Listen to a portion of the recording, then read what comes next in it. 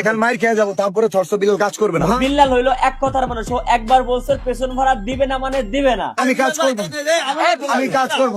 তুই কাজ করবি না তাহলে টাকা নিলি কেন? টাকা ফেরত দে। আমার পক্ষ থেকে 1 লাখ টাকা আমি দিবো। কি রে ভাই, বিল্লাল এখন 1 লক্ষ টাকা করে নিচ্ছে, তাহলে ইমো ব্যবসায় আমাদের ভাবিদের ব্যবসায় তো লাল বাতি চলে যাবে না। মানে হয়েছে কি ভাই, আমাদের থটস অফ বিল্লাল নাকি এখন ইমো সার্ভিস চালু করছে, টাকার বিনিময়ে নাকি ভিডিও কলে কি সব দেখায়। এখন অভিযোগ উঠেছে টাকা নেওয়ার পরেও নাকি বিল্লাল কলের সার্ভিস দেয় না, যার কারণে এখন কাস্টমার তাকে প্রতারক বলছে। অনলাইন অবস্থা মানে প্রতারক। এখন বিল্লাল আসছে কিশোরগঞ্জে, মানে কাস্টমারের ওই এলাকা। এখন কাস্টমার তো টাকা ফেরত নেওয়ার জন্য হেডাম দেখাইতেছে। এই তুমি কালো ওই কাস্টমার তো আর চেনে না, ইনি হইতেছে ফেসবুকের আব্বা হোয়াটসঅ্যাপ বিল্লাল ভাই, যার একটা মাত্র দোয়ায় তাজু ভাইয়ের পেজ চান্দে উড়ে গেছিল।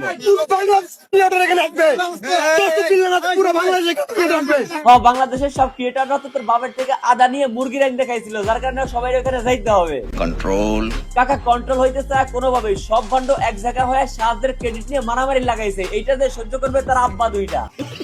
ফেসবুকের আব্বা থটস অফ বিল্লাল সাইদ নামের একটা ব্যক্তির চিকিৎসার জন্য কিশোরগঞ্জে গেছে 30 লাখ টাকা ফান্ড কালেকশন করার জন্য। চিকিৎসার জন্য দরকার 30 লক্ষ টাকা।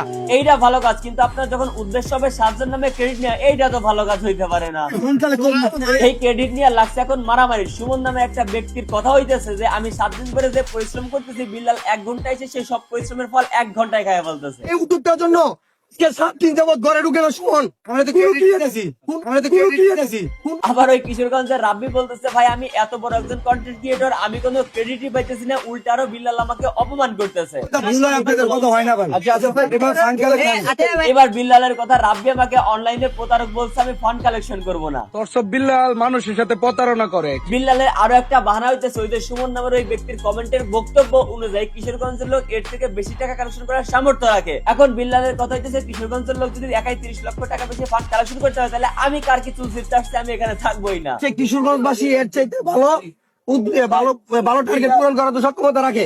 এটা যদি না বলি আমি, তাহলে আমাদের কিশোরগঞ্জবাসী কি কাজের মধ্যে এক্সপিরিয়েন্স থাকবে? ফেসবুকের আব্বা থটস অফ বিল্লাল ওনার এই কথায় মাইন্ড খেয়ে বলেছে আমি প্রয়োজন হলে 2 লক্ষ টাকা দিয়ে চলে যাব, তবু আর কাজ করব না এখানে। আমার পক্ষ থেকে 2 লাখ দিতে উনি নাকি মাইর খাবে তাও কাজ করবে না।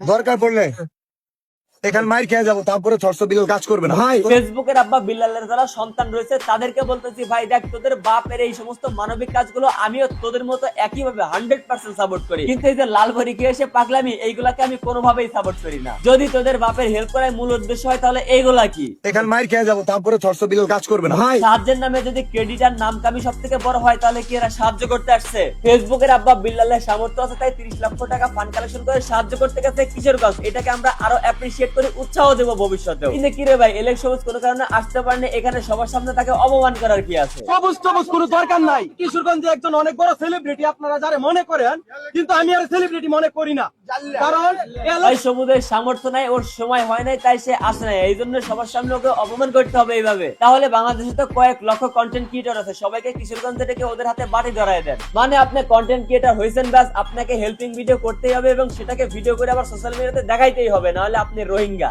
ফেসবুক এবং সোশ্যাল মিডিয়ার পরিবেশ নষ্ট করেছে ফেসবুকের আব্বাই থটস অফ বিল্লাল। এটা তো এখন আপনারা আমার কথার সাথে সহমত। এখন এই যে মানবিক ভিডিও যারা করে এদেরও পেছন মেরে দেবে এই থটস অফ বিল্লাল, এটাও আপনারা 2 দিন পর আমার সাথে সহমতই হবে। এদিকে বেচারা সবুজের অবস্থা দেখেন। আমি বাঁচতে চাই যে খামের ভিতরে যদ্দূর পারছি। আসসালামু আলাইকুম। তো প্রথমে হচ্ছে আমি বলে নিই আমার একটু দেরি হয়েছে আসতে, তো আমি কিন্তু যোগাযোগ করতেছিলাম সবার সাথেই, সাইদের সাথে। বেচারার অবস্থা দেখছেন, সমালোচনা সহ্য করতে না পেরে তাড়াহুড়া করে যে টাকাটা ম্যানেজ করতে পারছে ওইটা নিয়ে সাইদের বাসায় চলে আসছে, ভিডিও করে আবার আপডেটও দিতে হচ্ছে আপনাদের জ্বালা। ওই যে না হলে আপনারা মিডিয়াতে সবুজের 14 গোষ্ঠী উদ্ধার করে ফেলাইতেছেন যে ফেসবুকের আব্বা কাছে হেল্প করতে, কিন্তু কিশোরগঞ্জ থেকে সবুজ কেন যাইতেছে না? এই জ্বালা থেকে মুক্তি পেতে এলেক সবুজ তার মনের ইচ্ছার বিরুদ্ধে গিয়ে ভিডিও করে আপনাদেরকে আপডেট দিতে আছে। দেখেন ভাই একটা কথা বলি, আমরা আমাদের সবার অবস্থান থেকে কম বেশি সাহায্য করার চেষ্টা করি, তবে সেটা অফলাইনে, ভিডিও করে আমরা দেখাই না অনলাইনে। যাদের মন এবং সক্ষমতা আছে তারা অবশ্যই টুকিটাকি সাহায্য করে, কিন্তু সবাইকে যে ভিডিও করে দেখাইতে হবে এমন না। কিন্তু আপনারা এই যে ভাই ফেসবুকের আব্বা বিল্লালের সাহায্য করার ভিডিও দেখে দেখে অন্যের উপর যেভাবে জুলুম করে চাপাই দিচ্ছেন যে আমরাও কোনো সাহায্য করি না, এইটা ভাই রীতিমতো জুলুম। বাঁচার অধিকার সবারই আছে, সাহায্য পাবার অধিকার সবারই আছে, কিন্তু ভাই এইগুলা কি আর এইভাবেই কেন? প্রশ্ন রইল আপনাদের কাছে, সাবস্ক্রাইব করে কমেন্টের মাধ্যমে জানিয়ে দিয়ে যাবেন।